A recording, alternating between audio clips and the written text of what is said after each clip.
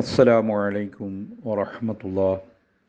അൽഹംദുലില്ലാ അസ്സലാത്തു വസ്സലാമു അലാ റസൂലില്ലാ വഅലാ ആലിഹി വസഹ്ബിഹി അജ്മഈൻ. അമ്മാ ബഅദ്. പ്രിയപ്പെട്ടവരെ, അള്ളാഹു നമ്മെ അനുഗ്രഹിക്കുമാറാകട്ടെ. അൽ ബഖറ സൂറയിലെ 114 ആയത്താണ് നാം ഇന്ന് മനസ്സിലാക്കാൻ ഉദ്ദേശിച്ചിട്ടുള്ളത്. അല്ലാഹു സുബ്ഹാനഹു വ തആല പറയുന്നു: അഊദു ബില്ലാഹി മിനശ് ശൈത്വാനിർ റജീം. ബിസ്മില്ലാഹിർ റഹ്മാനിർ റഹീം. വമൻ അദ്ലമു മിമ്മൻ മനഅ മസാജിദല്ലാഹി അൻ യുദ്കറ ഫീഹാ ഇസ്മുഹു വസഅ ഫീ ഖറാബിഹാ أولئك ما كان لهم أن يدخلوها إلا خائفين لهم في الدنيا خزي ولهم في الآخرة عذاب عظيم. ومن أظلم ممن منع مساجد الله أن يذكر فيها اسمه. അള്ളാഹുവിൻ്റെ പള്ളികളിൽ അവൻ്റെ നാമം സ്മരിക്കപ്പെടുന്നത് തടയുന്നവനേക്കാളും വലിയ അക്രമിയായിട്ട് ആരുണ്ട്? ഒമൻ അദ്ലമു, ഏറ്റവും വലിയ അക്രമിയായിട്ട് ആരാണുള്ളത്? ആരുമില്ല. ആരാണ് ഈ വലിയ അക്രമി? മിമ്മൻ മനഅ മസാജിദല്ലാഹ്, അള്ളാഹുവിൻ്റെ പള്ളികളിൽ അവൻ തടയുന്നു. എന്ത്? അൻ യുദ്കറ ഫീഹാ ഇസ്മുഹു, അള്ളാഹുവിൻ്റെ നാമം പ്രകീർത്തിക്കപ്പെടുന്നത്. വസഅ ഫീ ഖറാബിഹാ, ആ പള്ളികളുടെ തകർച്ചക്കായി, നാശത്തിനായി ശ്രമിക്കുകയും ചെയ്യുന്നവനേക്കാൾ വലിയ അക്രമിയായി ആരുണ്ട്? മാ കാന ലഹും അൻ യദ്ഖുലൂഹാ ഇല്ലാ ഖായിഫീൻ, ഭയപ്പാടോടുകൂടിയല്ലാതെ അവർക്ക് ആ പള്ളികളിൽ പ്രവേശിക്കാവതല്ലായിരുന്നു. ലഹും, അവർക്കുണ്ട്, ഫിദ്ദുന്യ, ഈ ലോകത്ത്, ഖിസിയുൻ, നിന്ദ്യതയുണ്ട്. വലഹും ഫിൽ ആഖിറതി അദാബുൻ അദീം, പരലോകത്തവർക്ക് കഠിനമായ ഗൗരവപരമായ ശിക്ഷയുമുണ്ട്. ഈ ആയത്തിൽ അല്ലാഹു സുബ്ഹാനഹു തആല അള്ളാഹുവിൻ്റെ പള്ളികൾ എന്തിനാണെന്നും ആ പള്ളികളിൽ അള്ളാഹുവിനെ സ്മരിക്കുന്നത് തടയുന്നത് വലിയ അക്രമമാണെന്നും വളരെ വ്യക്തമാക്കുകയാണ് ചെയ്യുന്നത്. ഒമൻ അദ്ലമു, ഏറ്റവും വലിയ അക്രമിയായിട്ട് ആരുണ്ട് എന്ന് ചോദ്യവും നിഷേധവുമാണ്. അപ്പോൾ ഏറ്റവും വലിയ അക്രമിയായി ആരുമില്ല എന്നാണ് പറഞ്ഞതിൻ്റെ ആശയം. ഏതാണ് ആ അക്രമി വിഭാഗം? മിമ്മൻ മനഅ മസാജിദല്ലാഹ്, അള്ളാഹുവിൻ്റെ പള്ളികളിൽ അവർ തടയുന്നുണ്ട്. അൻ യുദ്കറ ഫീഹാ ഇസ്മുഹു, ആ പള്ളികളിൽ അവൻ്റെ നാമം സ്മരിക്കുന്നത് തടയുന്നുണ്ട്. നമസ്കാരം നിർവഹിച്ചുകൊണ്ട്, പുണ്യകർമ്മങ്ങൾ നിർവഹിച്ചുകൊണ്ട്,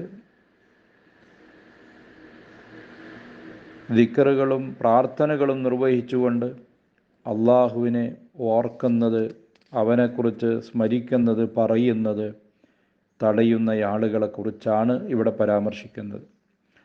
വസഅ ഫീ ഖറാബിഹ, അതിൻ്റെ നാശത്തിന് വേണ്ടി പരിശ്രമിക്കുകയും ചെയ്യുന്നവരാണവർ.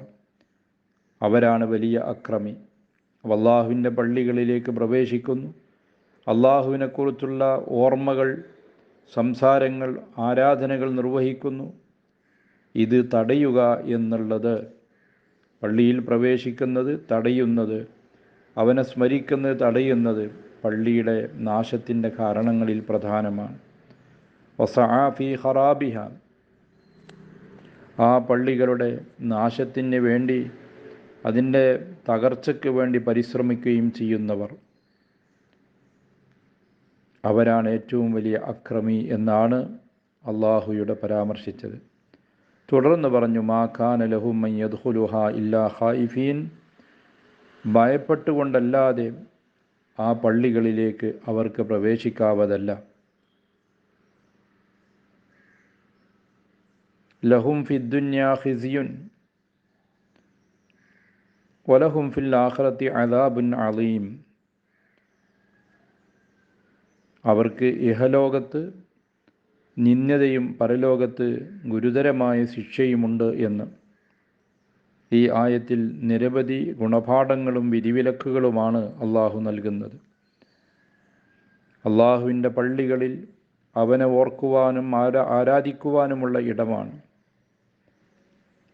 അതിനുവേണ്ടിയാണ് പള്ളികൾ നിർമ്മിക്കപ്പെട്ടിട്ടുള്ളത്. നബി സല്ലല്ലാഹു അലൈഹി വസല്ലം ഒരിക്കൽ അത് വ്യക്തമായി പറയുകയും ചെയ്തു. ഗ്രാമീണനായ ഒരു മനുഷ്യൻ പള്ളിയുടെ ഒരു ഭാഗത്തിരുന്ന് മൂത്രമൊഴിച്ച സന്ദർഭത്തിൽ റസൂലുള്ളാഹി സ്വല്ലല്ലാഹു അലൈഹി വസല്ലം വളരെ സൗമ്യമായിക്കൊണ്ട് ആ മനുഷ്യന് ഉപദേശം നൽകുന്നുണ്ട്. അതിൽ റസൂൽ പറഞ്ഞത്, ഇന്ന ഹാദിഹിൽ മസാജിദ ലാ തസ്ലുഹു ലിശൈഇൻ മിൻ ഹാദൽ ബൗലി വലൽ ഖദർ. ഇത്തരം വിസർജനത്തിനോ മ്ലേച്ഛതക്കോ ഉള്ള ഇടമല്ല ഈ പള്ളികൾ. ഇന്നമാ ഹിയ ലിദിക്രില്ലാഹി അസ്സ വജല്ല വസ്സലാത്തി വഖിറാഅത്തിൽ ഖുർആൻ. ഇത് അല്ലാഹുവിനെ ഓർക്കുവാനും നമസ്കാരവും ഖുർആൻ പാരായണവും ഇതുപോലുള്ള സൽക്രമങ്ങൾക്ക് വേണ്ടി സ്ഥാപിക്കപ്പെട്ടതാണ് പള്ളികളെന്ന് റസൂലുള്ളാഹി സ്വല്ലല്ലാഹു അലൈഹി വസല്ലം വിശദീകരിച്ചു കൊടുക്കുന്നുണ്ട്. അപ്പോൾ ഇത് മനസ്സിലാക്കി തരുന്നത് പള്ളിയുടെ പ്രധാനപ്പെട്ട ലക്ഷ്യം, അതിൻ്റെ സന്ദേശം അള്ളാഹുവിനെക്കുറിച്ചുള്ള ഓർമ്മകളും അവനെക്കുറിച്ചുള്ള സംസാരങ്ങളും ആരാധനകളും പ്രാർത്ഥനകളും കീർത്തനങ്ങളുമാണ്. അള്ളാഹുവിനെ ഓർക്കുന്നത് മനസ്സിൽ ഓർക്കേണ്ടതുണ്ട്.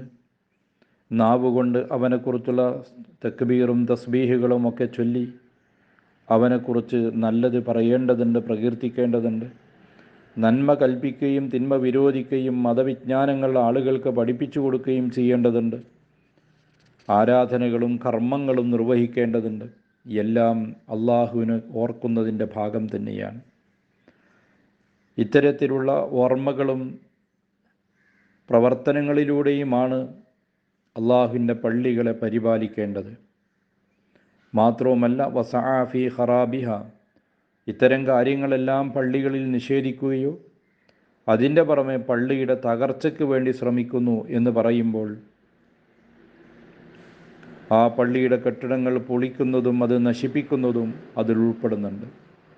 ഈ പ്രവർത്തികൾ ചെയ്യുന്ന ആളുകളെ സംബന്ധിച്ചിടത്തോളം ദുനിയാവിലും ആഖിറത്തിലും ലഭിക്കാനിരിക്കുന്ന ഭയാനകമായ ശിക്ഷയെക്കുറിച്ചാണ് അള്ളാഹുവിടെ താക്കീത് ചെയ്തിട്ടുള്ളത്. മാ കാന ലഹു ഉലായിക മാ കാന ലഹും മൻ യദ്ഖുലുഹാ ഇല്ലാ ഖൈഫീൻ. അങ്ങനെ ചെയ്യുന്ന ആളുകൾക്ക് അള്ളാഹുവിൻ്റെ പള്ളികളിലേക്ക് പ്രവേശിക്കണമെങ്കിൽ അവർ ഭയപ്പെടേണ്ടതുണ്ട്. അവർക്ക് വരാനിരിക്കുന്ന പര്യവസാനം ദുർഘടമായിരിക്കും, വളരെ പ്രയാസകരമായിരിക്കും എന്നാണ് അള്ളാഹു ഓർമ്മപ്പെടുത്തുന്നത്. വിശ്വാസികളുടെ മേൽ ആധിപത്യമുള്ള ഇത്തരം ആളുകൾ പള്ളികളിൽ നിന്ന് വിശ്വാസികളെ വിലക്കുകയും ആ പള്ളികൾ നശിപ്പിക്കുകയും ചെയ്യുമ്പോൾ അവർ ഓർക്കേണ്ടതുണ്ട്, ഇതിൻ്റെ ദുരന്തഫലം തങ്ങളുടെ ജീവിതത്തിലുണ്ടാകുമെന്ന്. ഇവിടെ സൂചിപ്പിക്കപ്പെടുന്നത് പോലെ, ചില പണ്ഡിതന്മാരൊക്കെ വിശദീകരിച്ചതുപോലെ, വരാനിരിക്കുന്നൊരു കാലഘട്ടത്തെക്കുറിച്ചുള്ള ഒരു സൂചന ഈ ആയത്തിലുണ്ട് എന്നാണ്. നബി സല്ലല്ലാഹു അലൈഹി വസല്ലം ഉംറ നിർവഹിക്കുവാൻ വേണ്ടി മക്ക പള്ളിയിലേക്ക് ചെന്നപ്പോൾ അവിടേക്കുള്ള പ്രവേശനം തടയുകയായിരുന്നു ചെയ്തിരുന്നത്. അവസാനം ഹുദൈബിയ സന്ധി ഉണ്ടാവുകയും അടുത്ത വർഷം ഉംറ ചെയ്യാമെന്ന തീരുമാനത്തിലെത്തുകയും ചെയ്തു. ഇങ്ങനെ ആരാധനകൾ നിർവഹിക്കുവാൻ വേണ്ടി സ്ഥാപിക്കപ്പെട്ട അള്ളാഹുവിൻ്റെ പള്ളികളിൽ അത് നിർവഹിക്കാൻ വേണ്ടി വരുന്ന ആളുകളെ, വിശ്വാസികളെ തടയുന്നുവെങ്കിൽ എത്ര അധികാരവും ശക്തിയും ഉണ്ടായിരുന്നാലും അവരോർക്കേണ്ടത്, അവർ ഭയപ്പെടേണ്ടതുണ്ട് എന്നതാണ്.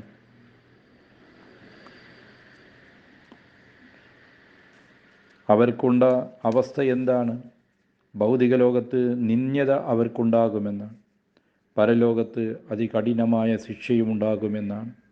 അതുകൊണ്ട് ഇഹത്തിലും പരത്തിലും അള്ളാഹുവിൻ്റെ ശിക്ഷയ്ക്ക് വിധേയമാകാൻ മാത്രം വലിയ ഗൗരവമുള്ള ഒരു കുറ്റമാണ് പള്ളികൾ വിലക്കുക എന്നത്. ഈ ആയത്ത് വലിയ താക്കീതാണ് നൽകിയിട്ടുള്ളത്.